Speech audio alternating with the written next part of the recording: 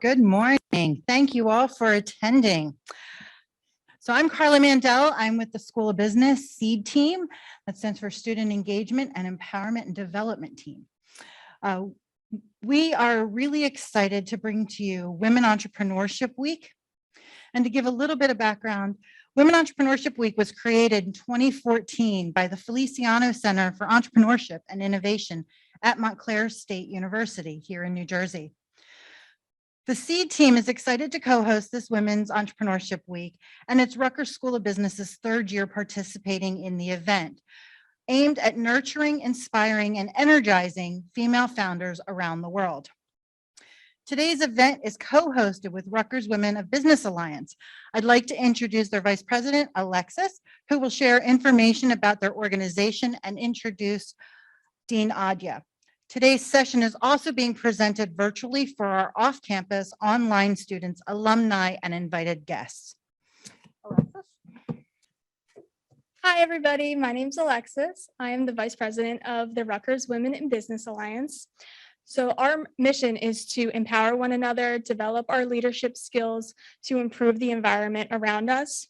And the RWBA, we welcome everybody. So you don't have to be in the business school, you don't have to be a woman, it can be everybody. We want to engage in those discussions, share ideas, and network opportunities.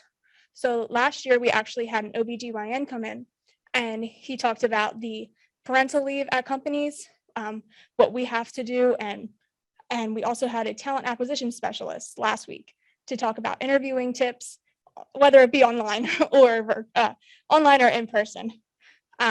So we're here to just empower everybody, and we're in this together. So teamwork makes the dream work. And now I would like to introduce our next speaker, Dean Adya. Morning, everyone, and hopefully I'm loud enough, but not too loud. So welcome. I'm delighted to welcome all of you, those of you who are joining here in person, as well as those of you who are joining us virtually. I hear there's a large group of registrants online as well.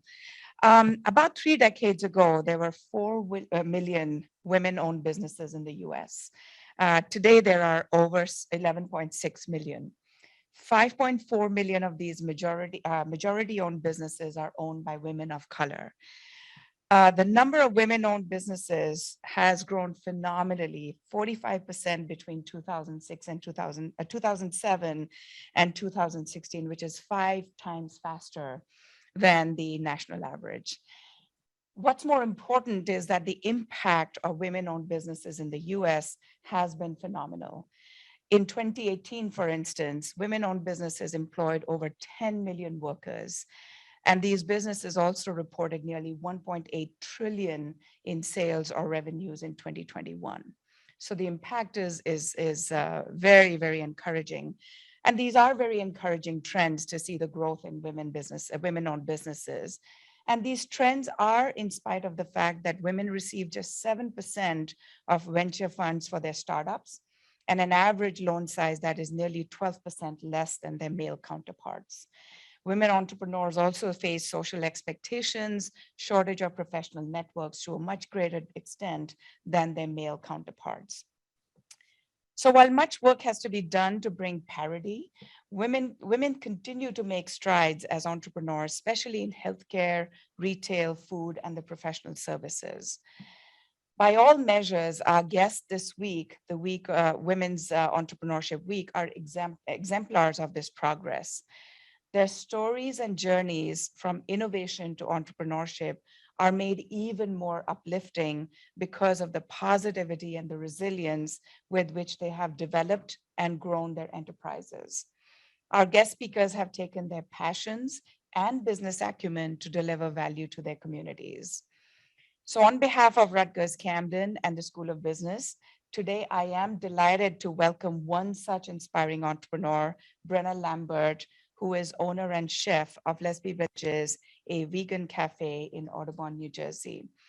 Brennah is a 2020 graduate of Rutgers SBC, where she majored in management. While completing her education, Brennah began a meal prep business, which has led her to be where she is today. Welcome, Brennah. We are delighted to have you today and look forward to hearing about your journey. Over to you. Hi, everyone. How's everybody doing? I can be formal, but today I kind of want to keep it like more so on a personal level. Because my story, it is genuine, it's real. And I kind of want you guys to feel that. It hasn't always been the most put together. It's never been the most put together. But I think with the resilience of just what it means to be an entrepreneur, I think I've done a very good job of emulating that within my business, within my schoolwork. And, I was thinking on the way here, I'm kind of like, I'm driving through, it's just thinking about my life, how it was looking when I was here, trying to get my degree, trying to graduate to where it is now is a complete 360. So I kind of took a second to just, reflect and be proud of myself, with all the hard work I've had to put in, the things I've had to do to get to where I am. I think that I've kind of like lost that along the way, just kind of giving credit to yourself with what you're doing. So I just want to say thank you for having me here. Thank you for allowing me to share my story. I'm really excited. And I hope that I can inspire anyone in here that hopes to be an entrepreneur or has their own business currently. So I'll get started, but so just a little bit about me. My name is Brennah Lambert. I'm 24 years old. Graduated from Sterling High School, graduated here from Rutgers Camden Business 2020. And the final reason why I'm here, I have a business by the name of Lesby Veggies. It's a vegan, gluten-free cafe, and I'll kind of just get into that a little bit more as I go along, but I kind of wanted to just share my inspiration, how I started, where I'm at this point in time, hopefully give you guys some insight, with how I got there. And I want to answer any questions that anyone may have. I just want to, have a little bit of feedback and dialogue because, we'll see where it goes from there. But, this is my cafe, 112 West Merchant Street, Audubon. So to get into my inspiration, I started out, getting into a vegan lifestyle for personal reasons. I wanted to feel better. I wanted to be healthier. So, anyone in here who's vegan or vegetarian knows it's kind of difficult to eat out. So I kind of was forced to start cooking for myself. I found a passion within just healthy eating, fresh foods. So I started an Instagram page and I was taking pictures of the food I was making. It's something simple. This is just fruit and things like that. But, I started out just like, putting together things. I had a passion for like creativity within food. So this is probably one of the first couple of pictures that I took of just some things I was making, things I was interested in. So now we're going to get into how it started. This is 2017 where I started my meal prepping business. This is what it looked like in 2017. So, I was trying to look for pictures of, I was actually stealing my grandmother's Tupperware containers and I was giving them to people. Those people still have them. My grandma doesn't have her containers anymore. But this is kind of a little bit sped up. So here we have, the food I was just putting into. I was getting these containers off Amazon. I had a weekly meal prepping like subscription type business. So I would post a new menu weekly. I'd have people text me what they wanted to eat. And I would make it every week, every day. Not every day, every week. But these are you'll see the evolution of the food as I keep going. But this is where I started. This is kind of like a little bit of growth picture. I started off doing this for friends and family. And I remember I was like, okay, like I'm kind of interested in this. I want to, really pursue it. I like it. I'm making some money. So I had posted a Facebook ad. And I remember I got my first customer that was from Philly, my first customer that I didn't know. So I was like, okay, like, maybe we can get something out of this. So, this is probably about like 6 months in, I kind of was making more than like 5 things a week, so this is a little bit of a progression. This is catering that I was doing in 2018. So now we're about like a year in. These are the green bags I used to put my meals in. So prior to, I was kind of putting everything in just like standard cardboard bags, whatever you would call them. But, so I kind of leveled up. There's like the one thing I would say with being an entrepreneur, there's kind of, you have to tick away. You have to keep, it's like I picture it as like an iceberg. You're just like picking, picking, and picking. So, there's little things that I was doing here and there because I personally had the passion for it, and I wanted to present myself in a nice way. I wanted people to perceive me as, okay, I'm taking myself seriously. If there's one key like point of advice I would give to people who want to be an entrepreneur is just take yourself as seriously as you want other people to take you. I feel like a lot of the times people are like, okay, well, I'm doing this and I'm not making that much money, or, I want to cut costs so I can keep that extra $50 in my pocket or something like that. I think I always strayed away from that, and I always was looking forward, looking for the next step, growth. So you can see that with little small things at the point in time, you're kind of like, okay, this doesn't mean much to other people around me, but, to me, it meant a lot. And, these are the stepping stones that got me to where I am now.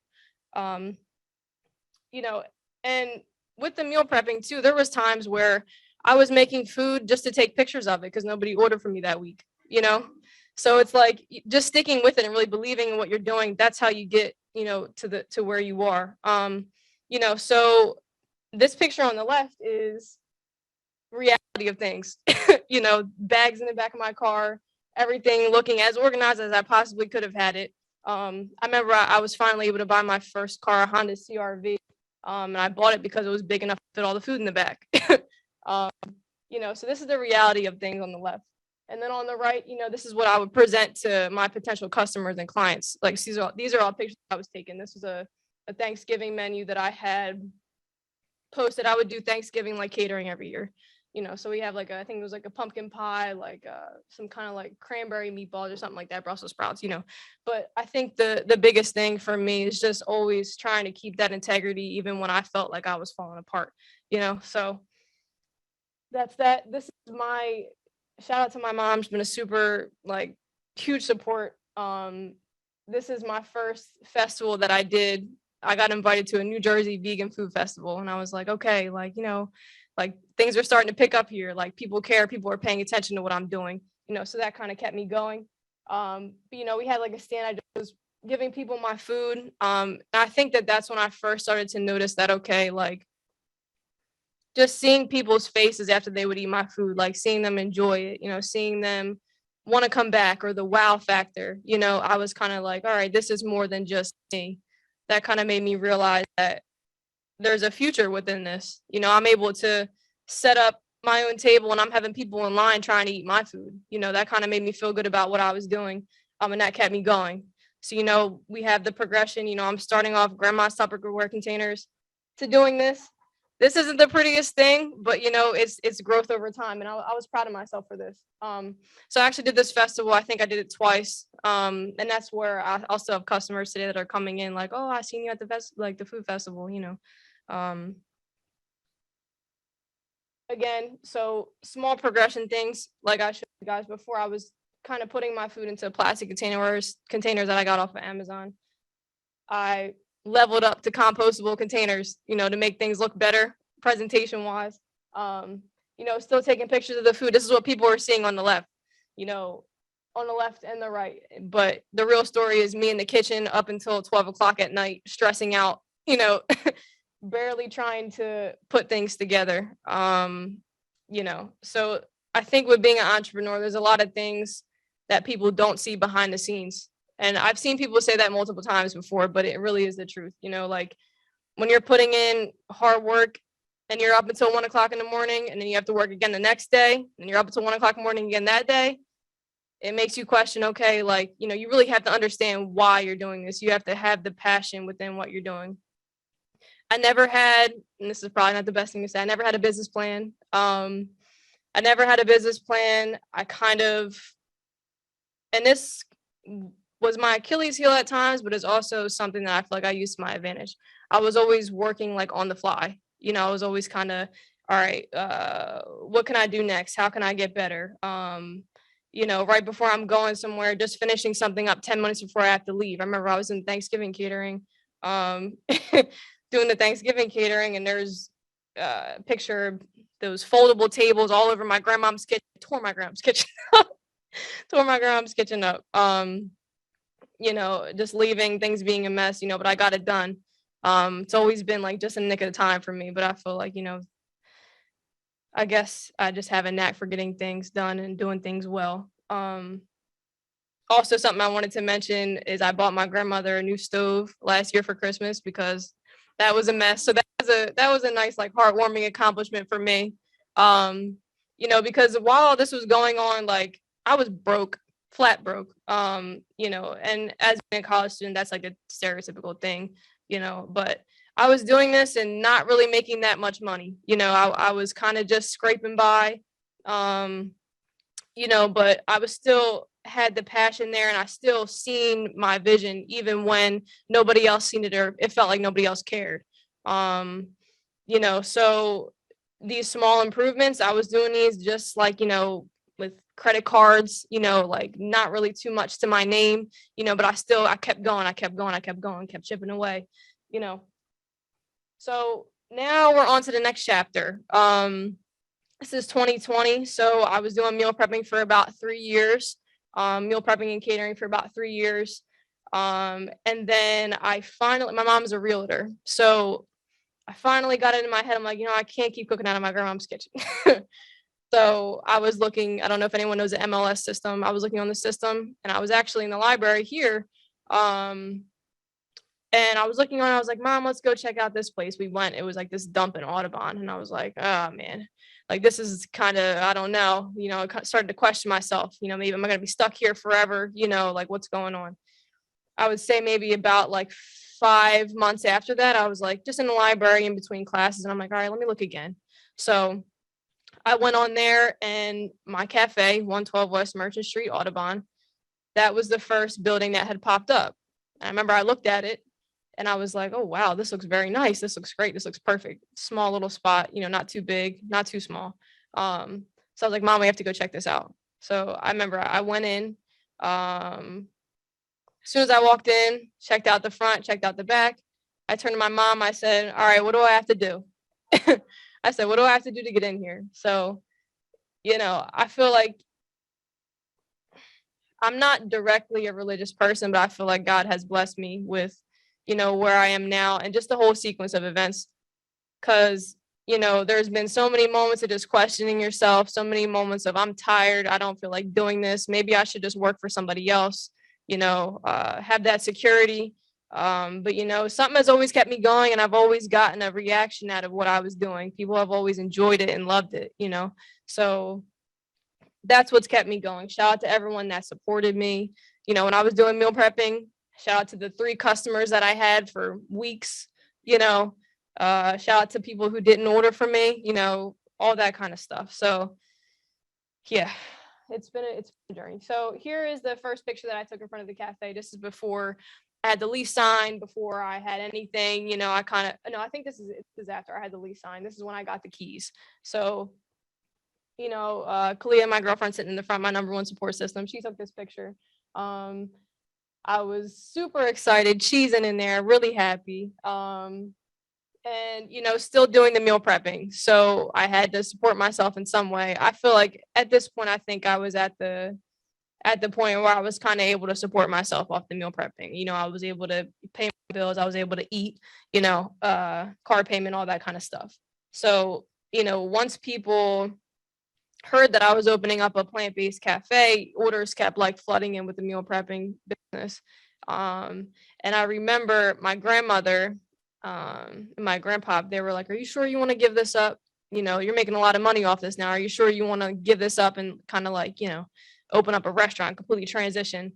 And that stuck with me. I've noticed that over time, the things that people have told me have always been like the safe thing, or something that kind of puts doubt in your mind, and I feel like as an entrepreneur, it's not the best thing to listen to people. It's really not, because nobody knows your business. Nobody knows how you felt while you're doing what you're doing. Nobody knows the true like grit that you had to put into what you're doing. Nobody sees your vision. Your vision is unique to you. And nobody else really can have nobody else should be a decision maker within that. So, this is the meal prepping. This is the first pic of the cafe that I took. a lot more bags than I was used to. I remember I had to actually ask my mom to help me deliver a couple times. It would have just taken me all night. Yeah. So this is the pictures of the cafe prior to. The woman that was in there before me, she was doing like baking and things. So I had a good base, but I was kind of starting from scratch as far as equipment, as far as like, structural elements like with electric and plumbing and all that kind of stuff. So this is what it looked like. Stuff everywhere. I had to paint the kitchen, had to paint the front. My mother was helping me do that. So we went from this like bold blue, and this, if you see the purple around the trim, that's the first color that I picked for the kitchen. And I put that up and I was like, yeah, this is not gonna work. So wasted about $500 on paint. It's still in my grandmom's garage, but trials and tribulations. So these are 3 pictures of kind of the kitchen as I was, figuring it out, as I was kind of getting somewhere. This hood on the left had to be put in. That's for like, the stoves and stuff like that to go underneath. That's kind of like an exhaust. Everything you see in these pictures was not there before. So I had like an empty building. I had to just kind of start from scratch. And like I said, with the meal prepping, I started out not really making anything, but I would say probably like 2 years in, I was able to use the money from that to do all this. So it took me about like 8-9 months to finally open up, which is not normal. Most people, they'll get a loan and they'll do it within like, 2 or 3 months, but nobody wanted to give me a loan. Credit cards were off the roof. Like it was not a good spot. So I really just had to keep digging and digging and digging, and slowly chipping away at things. Coming here like, every other day, just taking a look at things, just really, it took me a lot of work, took me a ton of work. What people see now, it's hard to really picture like how things looked prior to, even looking at this, it's like, okay, yeah, we got nice stoves in there, tables, but all the stuff that goes along with that, so many small nuances that people don't really think about, so you have to really love what you're doing and you have to genuinely care and see the vision. I feel like this is just seeing the vision through. So currently this is where we are today. This was the courier actually reached out to me and they wanted to take pictures of my food. So I was like, okay, this is when I was probably, I think like a month before opening. So, you see the lady in the back, she's peeking in, trying to see what's going on. Yeah, so he's taking pictures of my food and he took this picture of me cooking. And this was my first like press release, so I think when I was doing the vegan festivals, like I was, that was kind of my first exposure. And it's like, now I'm having this as exposure. This is like a publication, platform. I was really excited. I was really happy about it. Like even now being here, doing this presentation kind of brought me like, back. I've never really thought about the progression of things. I've always just kind of been like, okay, go, go, go, up, up, up, up, up. But doing this kind of brought me back real quick, and I was like, wow, I really have come from a lot, or come from not that much, so yeah, this is pretty cool. It got me excited. This is the inside of my cafe now. So my mom was helping me put all these tables together. We had to paint all the walls, paintings, stuff like that. This is the front of the cafe, and these are people eating at my cafe now. This actually made me very emotional because, seeing people want to come into my business, want to come into my cafe, want to eat my food, and want to come back, even more importantly, it just made me feel really good about myself. I can't explain the feeling of being up until 1 o'clock in the morning by yourself making food for however many people, and then having to get up the next day and drive around all day. And I was doing that for 3 years. Did that for 3 years consistently, every week. I didn't have weekends at all for 3 years.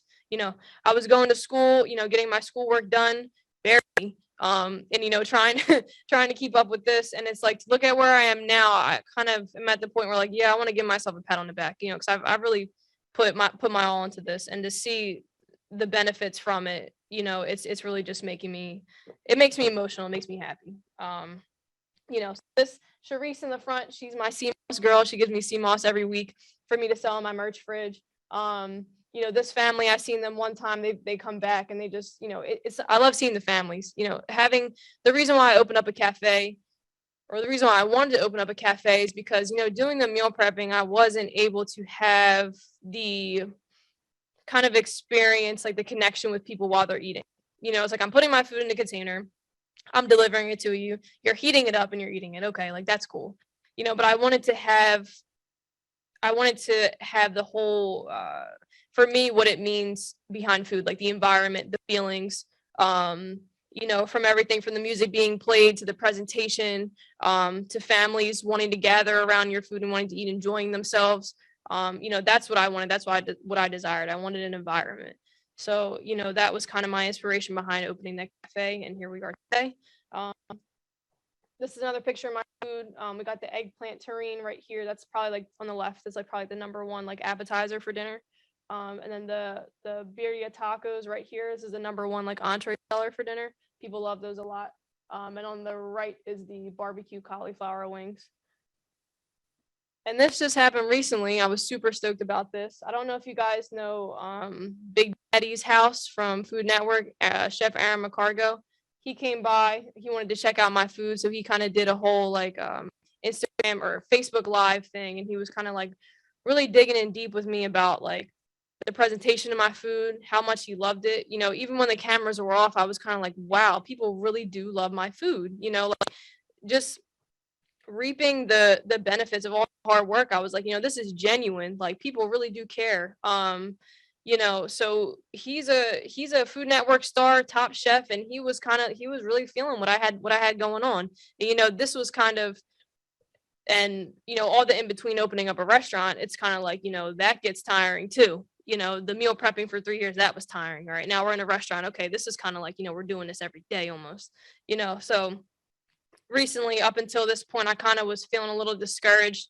I'm not gonna lie. You know, I feel like the thing that a lot of people don't acknowledge as far as entrepreneurship goes, it's like your mental health and the balance. You know, I feel like, you know, even with just regular work, that's really important. So eventually I do want to dig a little bit deeper into that. I hope to maybe speak somewhere about that. But, you know, the mental health aspect of it, just having a good support system and just taking care of yourself as much as you're taking care of your business is super important. But you know, I got a little bit off track, but yeah, this was really cool. He gave me such good advice. He was down to earth dude, loved him. He was really cool. I'm excited for him to be back. He wants to bring back his daughter and his wife. So this was really exciting. And here is kind of a list of like the press that I've been featured in. So my first deal was with the Courier. We just won Best of Philly like last month for vegan newbies, Best of Philly for vegan newbies. I won Best in New Jersey. I've been featured in the Philly Inquirer. I don't know if anyone knows Taste with Tori on Channel 3, but she did a feature on us. Channel 6 did a feature. And then we have Chef Aaron McCargo, you know, who I was able to speak with, you know, and kind of just like get that experience. That was really, really cool. So I want to see if I can maybe see if this link will work. So I get that question often, and if I'm being honest, I didn't think Audubon. I grew up in Lindenwold. I knew of Audubon, so I wasn't really sure about the area. But like I said, it was kind of just the first place that popped up on the MLS, and I seen what it looked like inside, not really interested. But you know, I was lucky enough to have a good location with that. Like Audubon has a strip of stores, you know, so I get a lot of foot traffic within that. And there's also, oh cool, you know, there's also neighboring towns. So you have Collingswood, you have Haddonfield, you have you know, in Heights, those areas which are really congested with people who are interested in plant-based food, interested in like healthier options. So I feel like I was really just lucky to have interest in a place that was in a good location. Yeah, it's pretty much just luck, but I do feel like the location matters a ton, you know. Like here, I'm gonna play this. Thank you. Veggies, where you can follow strong, beautiful lines on the wall and move your fork around food that is just as beautiful, bold, and global. Sure, it's plant-based, but really it's just a wholesome helping of good stuff. People aren't expecting it to taste normal. I feel like normal, whatever that is. People leave here saying, oh, I just had a really good experience. I had a really good plate of food. Brennah is 24 years old, a self-taught chef and the owner. Last year, Lesby Veggies opened, and it's a sure leap from the lids that were left behind. I was borrowing my grandmother's Tupperware containers and like giving people food that way. So it's like the fact that I'm doing this, I guess is pretty cool. At first, the name stuck out, and because of that, Brennah said, some people felt more included. I feel like it's Pride Month all the time in here. It's obviously a representation. Having that so bold in the front of you, it kind of makes it also normalized, which I feel like is important. I am who I am. This is what it is. And, you know, you like the food? Okay, cool. Right. You had a good experience? Okay, cool. Now, they're known not just for their name, but what they do so very, very well. It plays off the fact when we talked about vegetarian, vegan food not being normal. If you just take out those words, I feel like it's pretty synonymous with Just being organic, genuine, and people just kind of accepting that. I just want to be remembered for having good food and having those relationships. Well, let's just say you won't forget their birra tacos. the chipotle flavor is smoky and sultry, and this taco is tender and drippy. All the textures in here are incredible. From the crispy seared tortilla that's blistered and beautiful. Then you have the jackfruit, which melts on your tongue. It's amazing. There is no question. There's the kick that this is a terrific taco. Coconut curry noodles. Yummy. The tofu is caramelized, but the noodles are coated in this curry that is coconutty, has this great lime squeeze on there with the beautiful mushrooms, the shreds of bell pepper. Like, it's sweet, salty, citrusy, zingy, zangy. It's amazing. And excellent eggplant terrine. The almond ricotta tastes like ricotta. Or in my house, we say rigot. This tastes like rigot. What? What are you doing back there? The eggplant, it just has this creamy texture on the inside of that crunchy exterior. Every plate is a meal of just delicious, unforgettable food and flavor. Love it. I'm still salivating at the thought of that rigot. Tori is a Yes. character. She was That cool. cheese, not cheese. Let's see where we were. Yeah, I was super excited to do that one. There was another article where people were actually trying my food, so the fact that she was able to like dig into it and really like, you know, give her own interpretation, like that was nice for me. You know, so I want to see if I have any other like notes that I wanted to include here. Yeah, so as far as advice goes, I know I kind of have touched on it a little bit, but anyone who needs like any type of advice or just maybe in life too, I think it's really important to just be consistent. You know, I was doing this for 3 years up until now. I was doing it when nobody cared. I was doing it when nobody ordered. And I feel like that's really paid off, you know, in the long run. You know, and finally just, you know, caring about yourself enough to the point where you're able to balance both, you know. That's what's important to me. So I'll leave that, you know, I'll end that off there. If anyone has any questions or, you know, things they would like to add, I'm happy to answer. I have one question. First of all, you're doing an amazing job, and I love to see how much you grow. Thank you. In terms of inspiration that you found here at Rutgers, what was the biggest help in terms of like maybe material, class, person that you found here at Rutgers? So I feel like the biggest help for me going to school at Rutgers was just, you know, owning a business, you have to not only have the passion, you not only have to have the creativity, but there's also the business aspect of it, you know, so really just like understanding financial aspects of things, understanding how things work. You know, I wasn't only in it because a lot of people, they do things because they're passionate about it, but they're not making any money, you know, so I was always conscious of that because of school. I was always conscious of the fact that, okay, I need to have, you know, this needs to be my cost, needs to be a certain percentage, or, you know, my net income needs to be, you know, this much. Even just having the the knowledge or the awareness of knowing those things helped me a lot throughout what I was doing. You know, just the knowledge, you know, and that's all what school's about. So Hi, Brenna. Thank Hi. you so much for being with us today. This Thank is you. fabulous. So Thank thanks for your story. I'm dying to try it. I haven't tried it, and but your restaurant is my son and his fiance's favorite. Really? So yeah, That's sweet. They love your place, and so I'm dying to get there to try it. So Great. thank you. I had a question because one of the things that my background's in food, and one of the things that starting a restaurant that a lot of people don't realize, and I wondered what that experience was for you in terms of food safety and safe handling practices. And there are courses on that, but there's a lot of information. How did you manage that challenge of, well, wait a minute, I've got to be inspected and I've got all these things. How did you manage that? How did I manage it? I feel like if I'm being completely honest, everything was kind of learn as you go type of thing with me.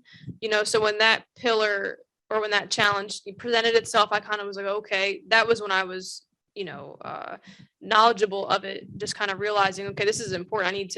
People are eating my food. It's not just, because you're not supposed to be cooking in your grandma's kitchen. I acknowledge that, so kind of from moving from that situation to something that needs to be like held in a professional way. I kind of just had to learn as I went. So, I was doing my own personal research, learning from, I had one cook that she had experience in other restaurants, so she was kind of giving me her advice and things that she has encountered prior to, as far as the Board of Health, there's something called a Serve Safe certification, had to do all that. So, I kind of just learned as I went, but thankfully information is available everywhere. And I had people around me that kind of have been through that before. So.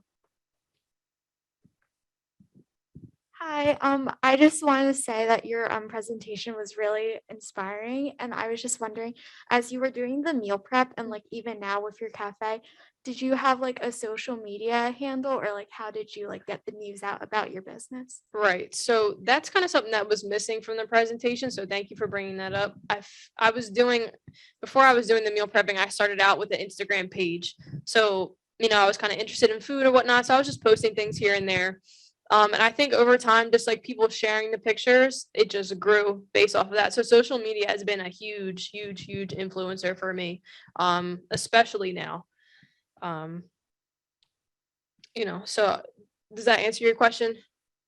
Thank you. Hello, Brennah. I really loved your journey, and thank you for this presentation. I found out about your place through the Rutgers Alumni Magazine, so you can add that like for press to put Rutgers up there as well. And so you have a lot of passion around this, and I imagine you want to grow. And as a founder, you have to train other people. So how are you thinking about having other people have your passion so that when you're not there, you can make sure things are on point? Oh man, I love that question. I really do love that question, because that's the challenge that I'm facing right now that I didn't expect. It was all me for years. So it's like having people that I'm employing now, trying to get them to understand why I'm here, understand where I've come from, and kind of have that, because at the end of the day, people that are working for you are not going to have the same passion as you have. I've accepted that at this point. I've learned that. But I think it's just important I've been working on being more personable with my staff, so they kind of like know me, and they feel tied to my business, and they feel like it's important. Because with a small business too, like, if you're working at Dunkin' Donuts or Walmart, if someone's slacking off, Walmart's still going to be here for 50 years, Dunkin' Donuts is still going to be here.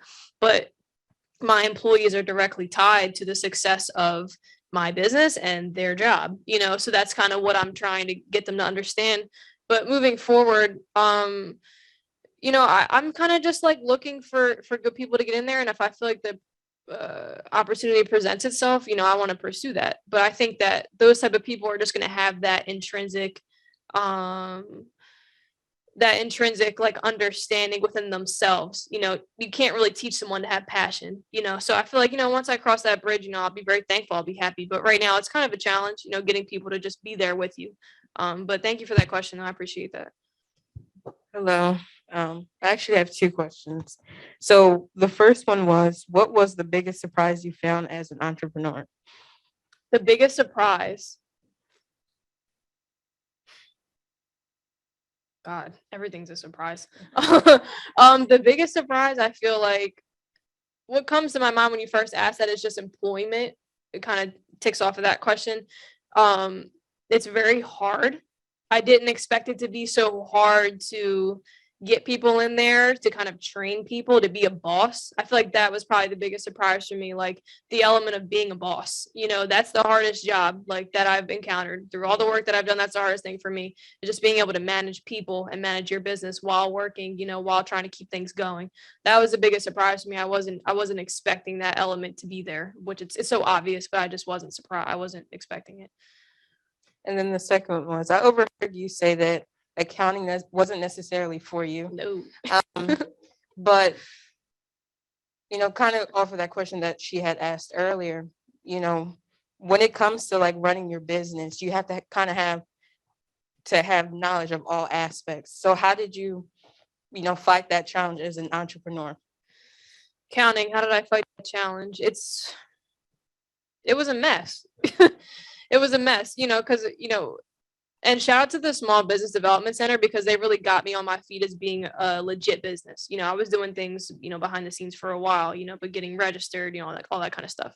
Yeah, it was a mess prior to. I had to get an accountant to just kind of like manage everything. I remember I was late on my quarterly taxes every time because I just didn't have the time to do it. I didn't have the discipline, I'll be honest, because that just wasn't my thing. Those weren't my interests. But managing it, I feel like, just getting an accountant really helped me. She takes care of that. I think delegating the task is important. I remember one professor who told me a lot of business owners want to do everything themselves. And I'm noticing right now you can't, because if you do, it's always going to be compromised, so I'm starting to learn how to delegate my tasks, so accounting is definitely a big one.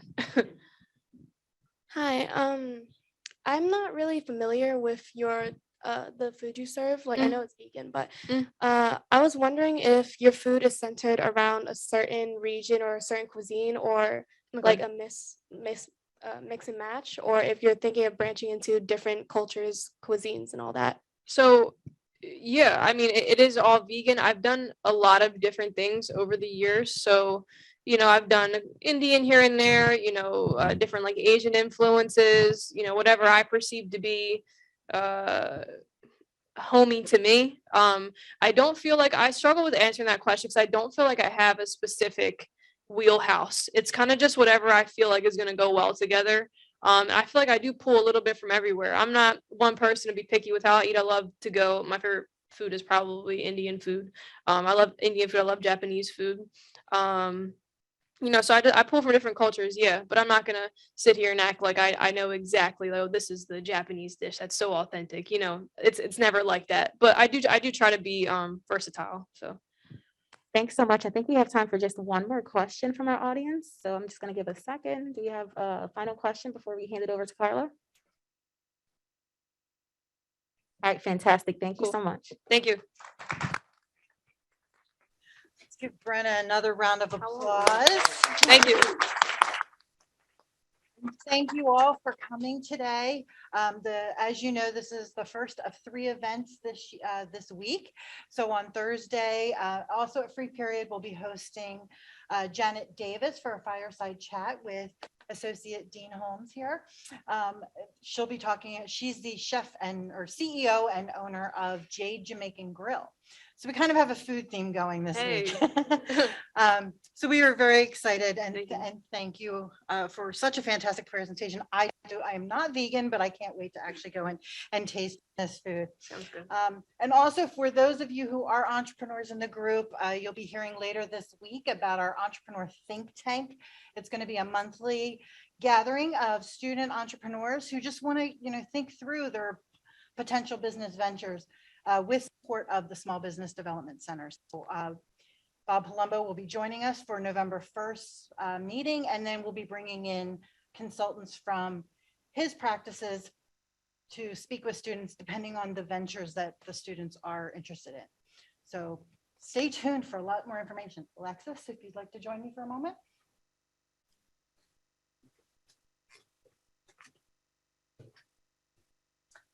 So So at this time, we'd like to thank Brennah for Thank you. joining us with a small token of our appreciation. Oh, thank And I'd you. also like to thank the Rutgers Women in Business, Rutgers Women of Business Alliance, I'm sorry for butchering the name, for co-hosting today's event and helping out at all of the different features of the event. And also, of course, thanks to our School of Business team, faculty and staff who have joined us today. So thank you all. Thank you, guys. Well, thank you, Brennah. That was a very, very inspiring story. And of course, like Bev, I will make my way to the cafe and enjoy the amazing food. But thank you more than that. Thank you for a very inspiring story that you shared with our future entrepreneurs. And we wish you the very best and with the next venture. And hopefully with the next one, we can help you with the business plan, right? All right. Thank you for those of you who joined us both virtually and in person. More such opportunities the rest of this week, and we'll look forward to seeing you there. Right. Thank you.